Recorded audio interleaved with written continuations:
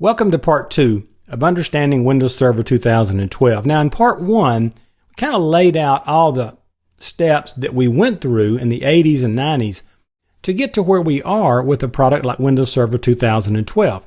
And here in part 2, we're going to talk about how Windows Server 2012 fits into that scenario. Because as our larger, more congested local area networks began to be a problem, the only answer was to add more servers. We needed more servers handling the workload, and then a better idea came along. What if we dedicate tasks to certain servers? And that's exactly what happened. Some servers take care of network services like naming issues like DNS, addressing issues for IP addresses and other things like DHCP, file organization, which is really how we got here to start with. Different servers can handle client login and security, and all kinds of other functions that we need on our networks. Now, understand that Windows Server targets these very needs on our networks. It was designed from the ground up for large-scale multi-server networks. The servers can be designated to perform certain functions, and we call those roles and features, and we'll talk about those a lot as we move through the course here. And security in the Windows Server world is provided by a set of functionalities that we know as Active Directory.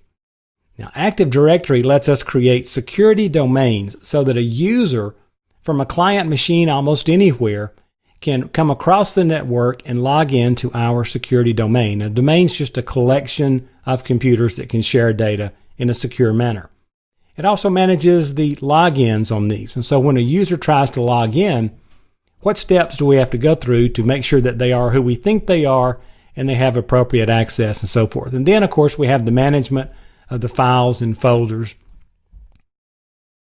And we also picked up file maintenance and simplification for clients. The client doesn't really have to understand anything about what's going on in the back end. All they have to know how to do is log in, go to their particular resources on the network, and work, and then log out.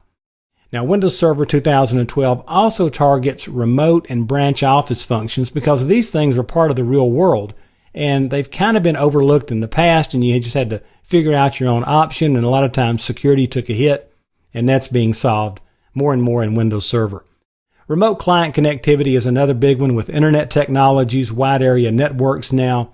There's a lot of remote connection. Security is a major concern there. Performance is a concern. And then there's backup and restore. We always have to make sure that we're protecting the data that we're storing on our servers. Then monitoring becomes a problem. When we have more and more servers, how do we know which ones are sick, which ones are doing okay, which ones are starting to be overloaded? And Windows Server takes care of that.